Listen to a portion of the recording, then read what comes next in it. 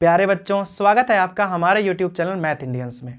बच्चों, जैसा कि आपको पता है कि भाई सत्र 2023-24 की शुरुआत हो चुकी है, तो कक्षा 12 गणित में हम आज इस वीडियो से सिलेबस की शुरुआत करने जा रहे हैं।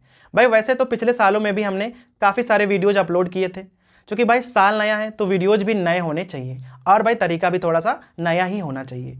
ठीक है, तो भाई इस वाले वीडियो से हम कक्षा 12 गणित की शुरुआत करने जा रहे हैं और भाई पूरे साल में हमारी यह प्रयास रहेगा कि जल्दी से जल्दी आपका सिलेबस कंप्लीट हो जाए।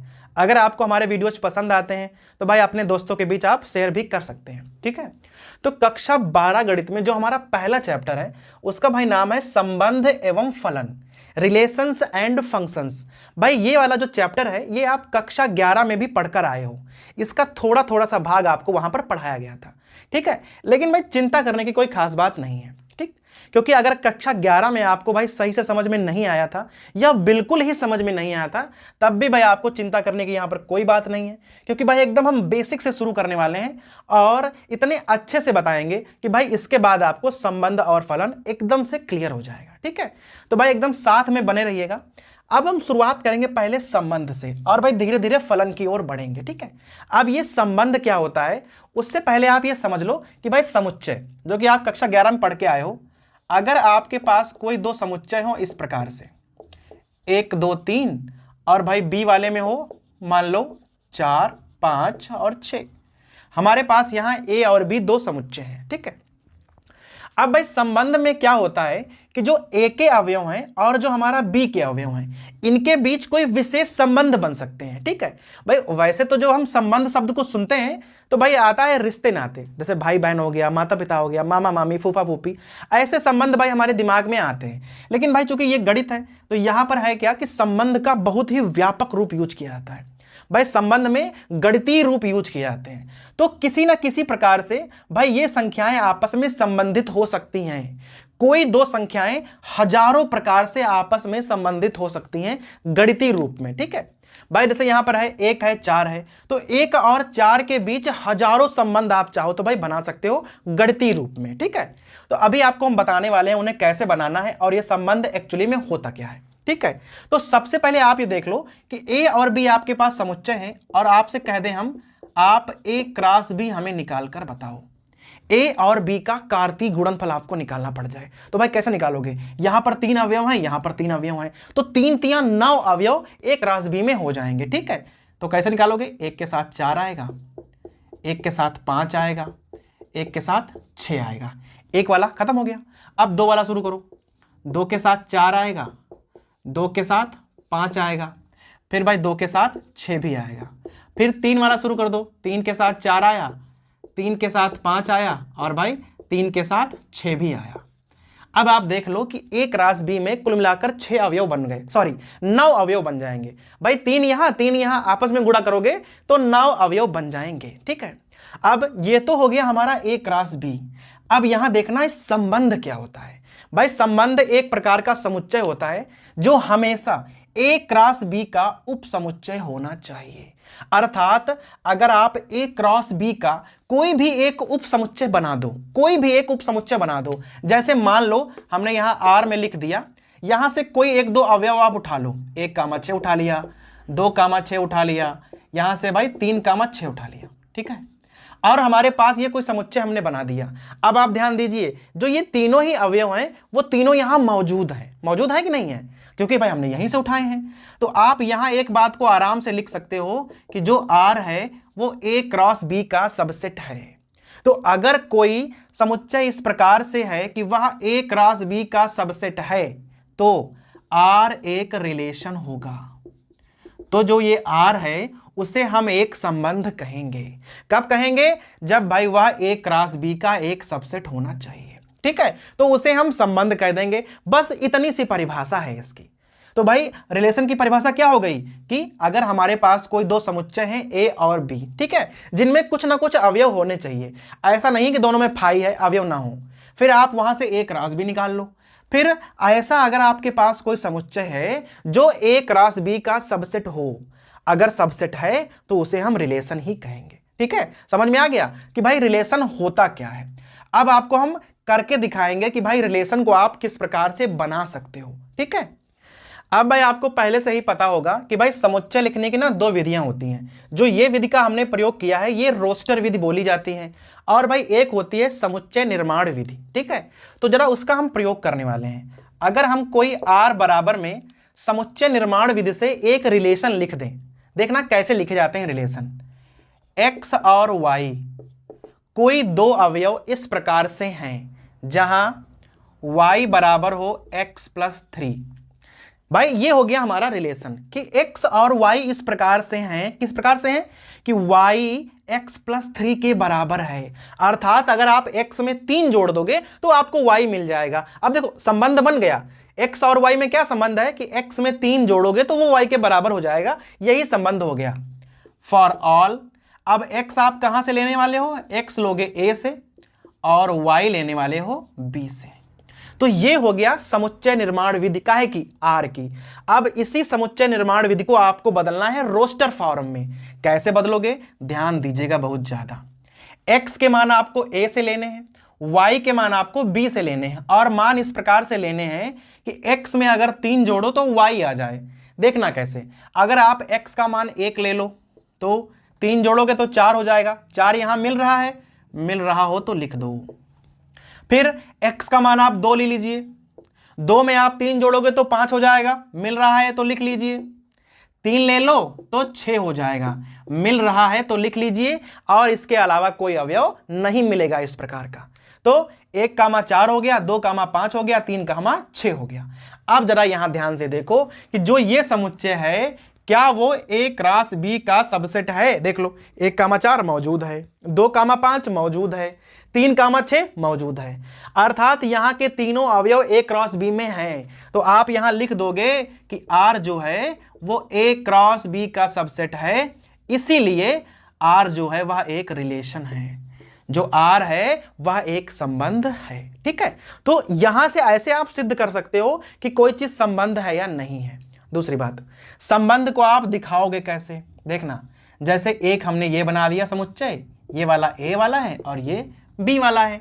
यहां है 1 2 3, यहां है 4 5 6।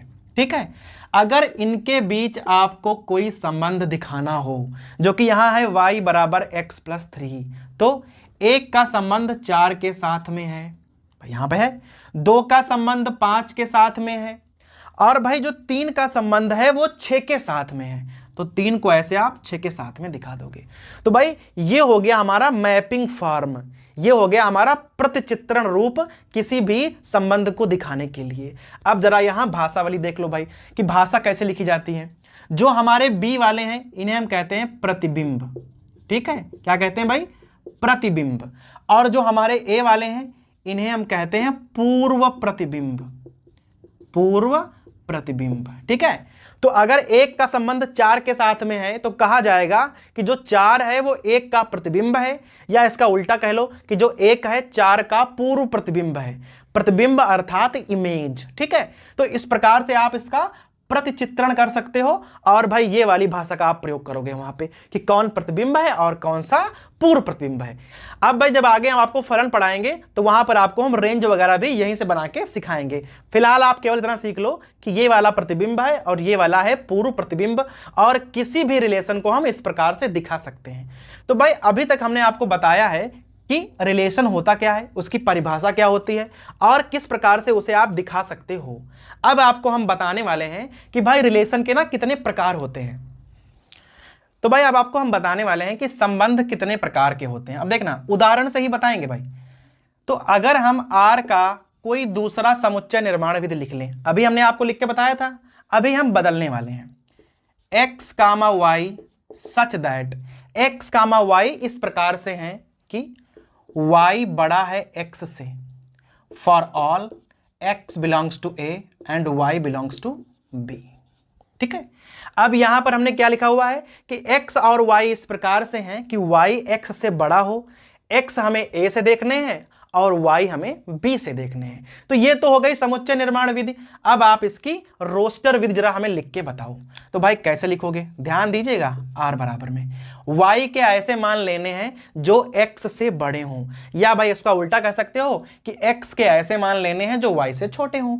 अब x है 1, तो भाई 1 तो 4 5 6 तीनों से ही छोटा है, तो आप इसे तीनों के साथ ले सकते हो। यहां 1,4 भी लिख सकते हो, 1,5 भी लिख सकते हो, 1,6 भी लिख सकते हो। भाई हर जगह x छोटा है। अब 2 को लेके देख लो, तो 2 भी आप तीनों के साथ ले सकते हो, क्योंकि भाई 2 भी तीनों से ही छोटा है। बहुत ध्यान दीजिएगा। 3 भी आप ले सकते हो कि भाई 3 भी तीनों से ही छोटा है। ठीक है, ध्यान दीजिएगा एकदम। तो भाई ये बन जाएगा आपका r। इसके हिसाब से आपका r ये वाला बन गया। अब जरा इसको और इसको ध्यान से देखिए भाई, a क्रॉस b, और आप r को ध्यान से देखिए। नियम तो ये होता है कि इसके सभी अवयव यहां पर होने चाहिए। तो भाई मिला लो, दोनों सेम सेम एकदम लिखे हुए हैं, तो अवयव तो एकदम ही सेम है। तो जो ये r है ये a क्रॉस b के बराबर हो गया है। वैसे तो सबसेट होना चाहिए, लेकिन यहां पर बराबर हो गया है, क्योंकि भाई परिभाषा में होता है सबसेट r इक्वल टू, जो r है वह a क्रॉस b के या तो इक्वल टू हो या सबसेट हो। ठीक है, इक्वल टू भी हो सकता है। तो अगर कभी r जो है वह a क्रॉस b के इक्वल टू हो जाए, अर्थात r में वो सभी अवयव हों जो a क्रॉस b में हैं, तो ऐसे r को हम क्या कहते हैं, सार्वत्रिक नियतांक, सार्वत्रिक संबंध। नियतांक नहीं, सार्वत्रिक संबंध, यूनिवर्सल रिलेशन। कब कहेंगे, जब भाई r के सभी अवयव a क्रॉस b के सभी अवयव एकदम सेम सेम हो। भाई आप जान ना पाओ कि ये a क्रॉस b लिखा है या r लिखा है। अगर दोनों एकदम सेम है, बराबर आ गए हैं, तो जान जाओ ये सार्वत्रिक संबंध है। ठीक है, तो समझ गए आप। भाई ये हमारा पहला संबंध हो गया है, यूनिवर्सल रिलेशन। अब आपको हम बताने वाले हैं इसका दूसरा। अब भाई ध्यान दीजिएगा, यहां पर जस्ट हमें उल्टा करना है। पहले y बड़ा था x से, अब की बार हमने क्या किया है, x को बड़ा कर दिया है y से। बाकी सब कुछ वैसे ही लिखा है। अब जरा आप r का रोस्टर लिख के दिखाओ। r बराबर क्या हो जाएगा, भाई देख लो, y छोटा होना चाहिए x से। अब जरा बताओ कि 4 5 या 6 कोई संख्या ऐसी है जो यहां से छोटी हो, कोई संख्या ऐसी है ही नहीं, सब संख्याएं तो बड़ी हैं। तो आप r में कोई भी अवयव नहीं लिख सकते हो, क्योंकि ऐसा कोई संबंध बन ही नहीं पा रहा है। भाई x सब कहीं छोटा है, जबकि हमें यहां x बड़ा लाना है। तो जब नहीं है तो उसे आप फाई लिख सकते हो। तो अगर r में कोई भी अवयव नहीं आया है, अगर r में कोई अवयव नहीं है, तो उसे आप क्या कहोगे, रिक्त संबंध, रिक्त संबंध, एम्पटी रिलेशन। अब भाई आपको ना रिक्त समुच्चय तो याद होगा, जो कि कक्षा 11 में आपने पढ़ा था। ऐसा समुच्चय जहां पर कोई अवयव ना हो उसे कहते हैं रिक्त समुच्चय। सेम यहां पर है, ऐसा संबंध जहां पर कोई अवयव ही ना हो तो उसे कहेंगे रिक्त संबंध, एम्पटी रिलेशन। तो भाई अभी तक आपको हमने 2 संबंध बता दिए हैं। एक तो हो गया यूनिवर्सल रिलेशन, सार्वत्रिक संबंध, और भाई दूसरा हो गया रिक्त संबंध। इसके अलावा हमारे पास 4 संबंध और हैं, लेकिन भाई उसके लिए ना हम थोड़े से अलग समुच्चयों का प्रयोग करेंगे। अब भाई ध्यान दीजिएगा, अभी तक क्या था कि हम यहां पर 2 अलग अलग समुच्चयों का प्रयोग करते थे, एक था a एक था b। लेकिन अभी हम क्या करने वाले हैं, हम b को यहां से हटा देंगे। भाई b को आप यहां कंप्लीटली हटा दीजिए और हम केवल a से ही काम चलाने वाले हैं। अब हमारे पास यहां केवल एक ही समुच्चय है। अब आपको क्या करना है, यहां से सबसे पहले आपको निकालना है a क्रॉस a। जब आप a क्रॉस a निकालोगे तब भी यहां पर 9 ही अवयव आएंगे, क्योंकि भाई 3 3 9, तो 1,1 1,2 1,3। अब 2 के साथ में आ जाओ, 2,1 2,2, और भाई यहां हो जाएगा 2,3। अब भाई 3 के साथ आ जाओ, 3,1 3,2, और यहां पर हो जाएगा 3,3, इस प्रकार से। तो भाई ये हो गया हमारा a क्रॉस a। यहां पर भी 9 ही अवयव हैं, लेकिन यहां खास बात क्या है कि हमने केवल एक ही समुच्चय लिया हुआ है। अब अगर यहां कोई r आप बनाओगे तो वह a क्रॉस a का सबसेट होना चाहिए। भाई वहां पे था a क्रॉस b का, यहां पर दोनों सेम सेम है, तो हम कहेंगे r a क्रॉस a का सबसेट होना चाहिए। ठीक है, आप ध्यान दीजिएगा। अगर कोई संबंध इस प्रकार से हो कि वो अपनी ही संख्या के साथ जो संबंध है, ठीक है, वो संबंध खुद के साथ भी बन पाए। अब देखना कैसे, तो भाई उस संबंध को हम कहते हैं स्वतुल्य संबंध। क्या भाई कहते हैं? स्वतुल्य संबंध। अब इस संबंध की खास बात क्या है देख लेना पहले। जो अगर कोई संबंध x और y के बीच में है, अगर कोई संबंध x और y के बीच में है, तो वही संबंध x और x के बीच में अगर है तो कहा जाएगा कि यह स्वतुल्य संबंध है। ठीक है, जैसे अगर कोई दो लड़के हों, कोई दो लड़के मान लो a और b हैं, और भाई कह दे कि a और b भाई भाई हैं, तो आप ये कह सकते हो कि a स्वयं का भाई है। ठीक है, a जो है वह स्वयं का भाई हो सकता है अगर दोनों ही लड़के हैं। तो अगर इस प्रकार से कोई संबंध हो सकता है तो उसे आप क्या कहोगे? उसे कहोगे स्वतुल्य संबंध। अब इसे दिखाएंगे कैसे, देख लेना। अगर भाई R में कहीं पर 1,2 लिखा हुआ है, 1,2 का मतलब क्या है कि 1 और 2 के बीच में कोई संबंध है, तो वही संबंध 1 और 1 के बीच होना चाहिए और वही संबंध 2 और 2 के बीच में भी होना चाहिए। तो अगर संख्याएं सेम सेम लिखी हों तो आप जान जाओ कि वहां पर स्वतुल्य संबंध होगा ही होगा। ठीक है, तो कोई संबंध अगर स्वयं पर लागू हो जाए तो उसे कहेंगे स्वतुल्य संबंध। भाई ध्यान रखना यहां पर, अभी हम आगे जाके ना तीनों को एक साथ लपेट लेंगे। तो ये हो गया हमारा स्वतुल्य संबंध। अब भाई जो हमारा दूसरा संबंध है उसे हम कहते हैं सममित संबंध, सिमेट्रिक रिलेशन। अब भाई सममित संबंध की क्या खास बात है, ध्यान से देखिएगा। अगर कोई संबंध x और y के बीच में है, अगर कोई संबंध x और y के बीच में है, तो वही संबंध जो है y और x के बीच में होना चाहिए। अगर संबंध को आप जस्ट उल्टा कर पाओ तो समझो वह सममित संबंध होगा। जैसे अगर a और b दो लड़के हैं, a और b दोनों ही लड़के हैं, और कह दो कि दोनों आपस में भाई हैं। ठीक है, तो अगर a b का भाई है तो b भी a का भाई होगा। अगर आप संबंध का उल्टा कर पा रहे हो तो सममित संबंध होगा। लेकिन अगर कह दे कि a जो है वह b के पिता हैं, a जो है b के पिता हैं, तो जो b हैं वो a के पिता नहीं हो सकते हैं। यहां पर आप उल्टा नहीं कर पाओगे तो सममित संबंध नहीं होगा। और देख लो, अगर a b का भाई है, a जो है वह b का भाई है, लेकिन अगर b लड़की हुई तो b जो है वह a का भाई नहीं हो सकती, वो तो बहन हो जाएगी। तो अगर एक लड़का है एक लड़की है तो भाई बहन वाला संबंध भी सममित संबंध नहीं हो पाएगा। भाई दोनों ही लड़के हैं तो दोनों आपस में भाई भाई हो गए, लेकिन अगर एक लड़का एक लड़की है तो वो भाई बहन हो गए। एक दूसरे का भाई है तो एक दूसरे की बहन है। ठीक है, वहां पर आप उल्टा नहीं कर सकते हो। गणितीय रूप में देख लो, अगर कहीं पर R में लिखा है कि 1,2 अर्थात 1 का संबंध 2 के साथ में है, तो फिर 2 का संबंध 1 के साथ में भी होना चाहिए।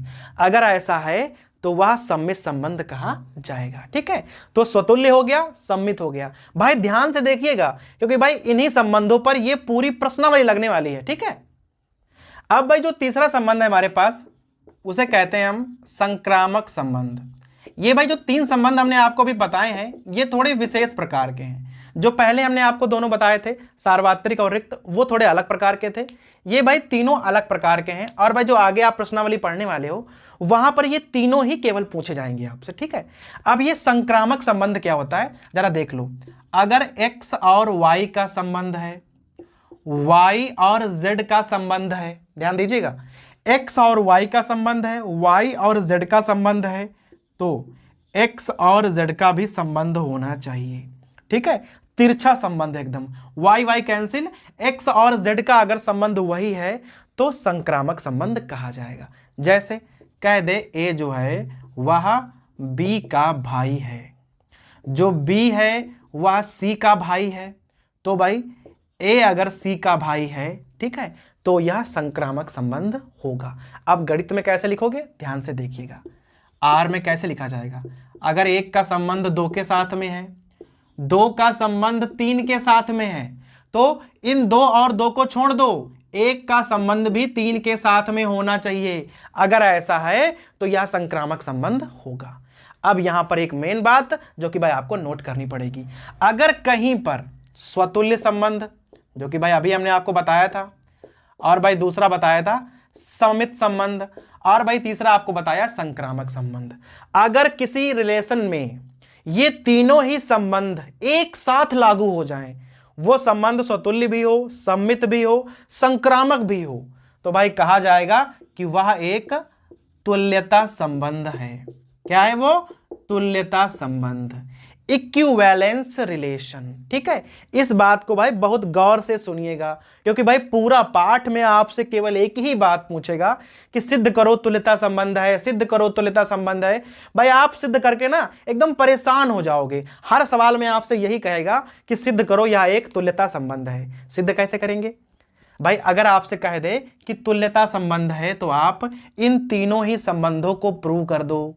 अगर ये तीनों संबंध प्रूव हो गए, समझो तुल्यता संबंध है। अगर ये तीनों संबंध लागू हैं तो तुल्यता संबंध है, और अगर इनमें से कोई एक तक लागू नहीं है तो तुल्यता संबंध नहीं है। ठीक है, तो भाई हम आशा कर रहे हैं कि आपको संबंध पूरी तरीके से समझ में आ गया होगा, और भाई जो हमने आपको संबंध के प्रकार बताए हैं वो भी आपके समझ में आ गए होंगे। ठीक है, तो भाई इसका जो अगला वाला वीडियो होगा वहां पर हम प्रश्नावली की शुरुआत करेंगे। फिलहाल भाई आपके पास क्या काम है, आप भाई इस वीडियो को ना 1 बार 2 बार 3 बार जितना मर्जी हो देखिएगा, लेकिन भाई जो एक एक पॉइंट हमने आपको बताया है वो सब आपको नोट करना है, और भाई दिमाग में एकदम ना सेव करके रख लेना है।